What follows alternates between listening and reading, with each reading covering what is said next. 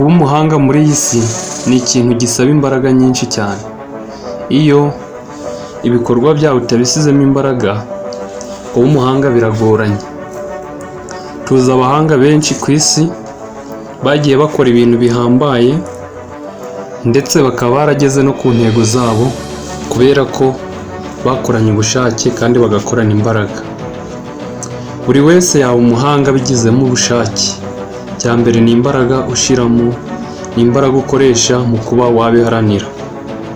Murabona uyu mugabo Albert Einstein, uyu ni umuhanga wakoze ibintu bihambaye, abenshi ndakeka mubizi.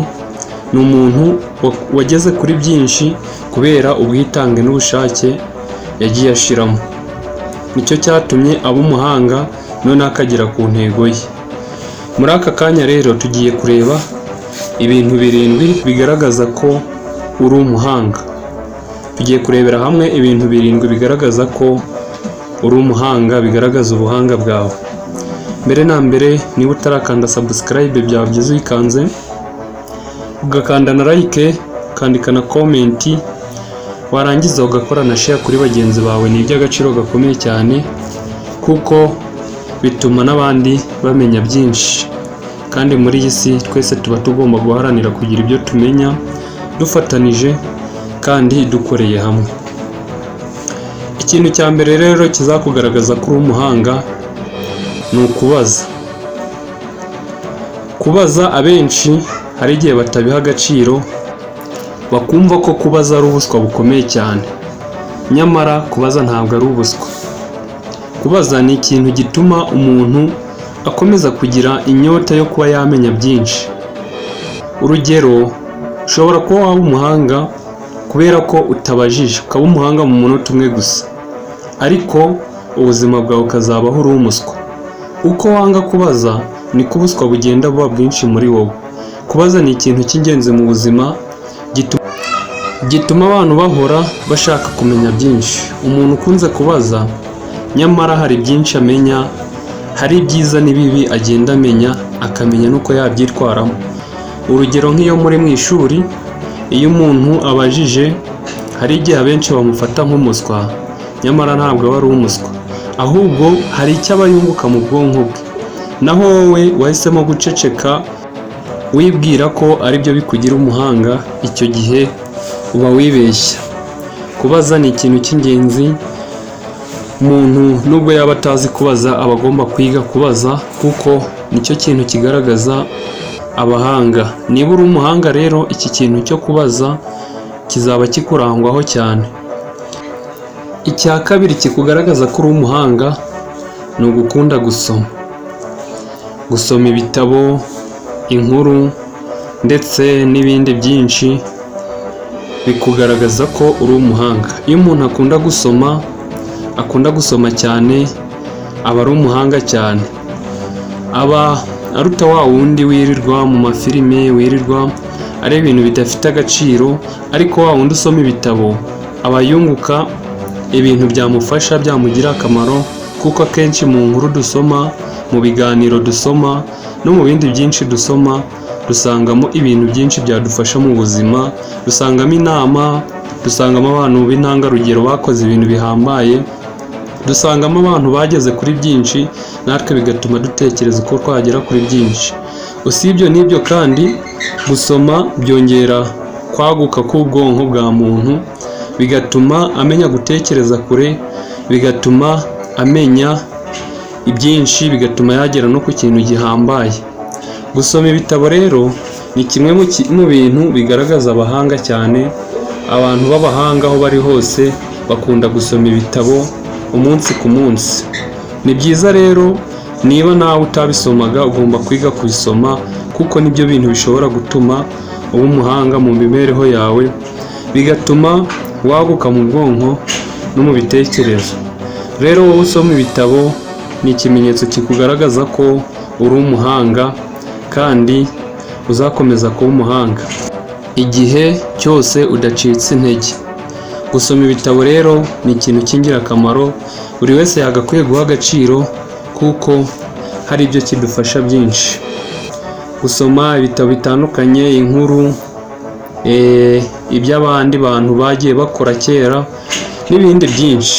Ibyo bintu bizakugira umuhanga kandi nawe ukunda kubisoma uri umuhanga. Icya gatatu ni inshuti zawe ufite. Buriya inshuti ni ikintu kigaragaza umuntu w'umuhanga. Umuntu inshuti ze afite zimwereka ko ari umuhanga. Urugero, niba ubana n'inshuti zikora ibibi, ntabwo byakugaragaza ko uri umuhanga. Umuhanga akwiye gutekereza ku nshuti agomba kugira, inshuti zigomba kumwigisha icyo agomba gukora.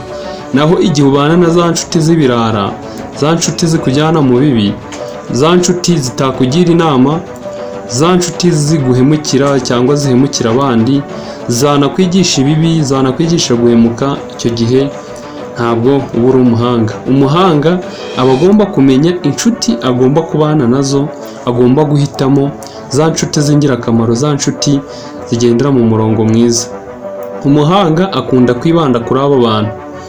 Inshuti z'ingirakamaro ni abantu badufasha kuba twagera ku ntego zacu, abantu batwungura ubumenyi, abantu baduha ibitekerezo bihanitse byadufasha mu buzima bwacu, byaduteza imbere. Ariko umuntu utari umuhanga, inshuti iyo ari yo yose agendana nayo, yaba iramushora mu kibi kandi akanagikora ntacyo yitayeho. Rero kugira inshuti nziza nibyo bintu bigaragaza ko uri umuhanga.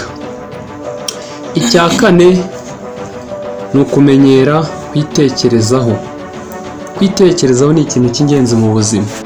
Kuba wakitekerezaho, wakicara ahantu ukitekerezaho, ukamenya uwo uri we, ukamenya amakosa ukora, ukamenya n'ibyiza ukora, ukamenya ahantu ufite intege nke, ni ikintu kikugaragaza ko uri umuhanga, kuko biba bigufasha kumenya aho ugenda nabi, aho uhagaze nabi n'aho uhagaze neza. Ni byiza rero kuba ako kantu kakuranga nkawe w'umuhanga, kuba wicara ahantu ukaba wakitekerezaho, ukibaza uwo uri we, ukibaza imikorere yawe uko ihagaze, mbese ugatekereza ku buzima bwawe. Umuntu witekerezaho aba ashobora kugira ibyo yamenya byinshi byamufasha kwitekerezaho no kurwanya intege nke.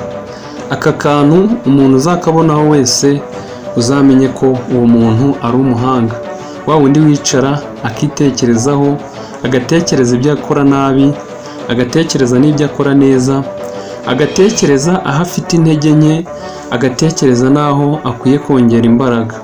Uyu muntu ahantu uzamubona hose uzamenye ko ari umuhanga kandi agomba guhindura amateka ye akayahindura neza, kuko kwitekerezaho ni ikintu cy'ingenzi cyagakwiye kuranga buri umwe wese, kuko kimufasha kwiyubaka. Umuntu turi kubona muri iki kiganiro, niba utarakanda subscribe byawe ugize uyikanze, kuko ni ingirakamaro, bizatuma umenya byinshi byiza kandi bizagufasha mu buzima bwawe. Icya gatandatu ni ukugerageza ibintu bishya. Kugerageza ibintu bishya ni ikintu cy'ingenzi mu buzima. Hari abantu dutinya kugerageza ikintu, tukareba ikintu tukagitinya tuvuga ko cyatugiraho ingaruka, tukumva ko icyo kintu tutagishobora. Nyamara kugerageza ni ikintu cy'ingenzi mu buzima, ukareba ko ikintu wakibasha. Rero akenshi umuntu w'umuhanga uzabona ko ibintu bishya byose aba agomba kubigerageza, ari ibyo yisizemo ko aba agomba kubigerageza, ingaruka zirimo akaba yazirengagiza. Nyamara hari abantu bashobora kuba banamuseka ngo ibintu arimo ni ibiki, ariko hari byinshi yunguka. Muri iyi si abantu benshi batinya guhomba, batinya kumva ko hari icyo batakaza mu buzima, ugasanga ibyo ngibyo biri guhora bibasubiza inyuma. Ni gute se wakunguka ikintu gisha utagerageza? Buri kintu kimwe umuntu arakigerageza, hari icyemera, hari igikunda, ariko nibura hari icyanga wagerageje, nibura ukavuga uti nagerageza, ukareba ko kinashoboka. None wamenya gute ko kidashoboka utakigerageje?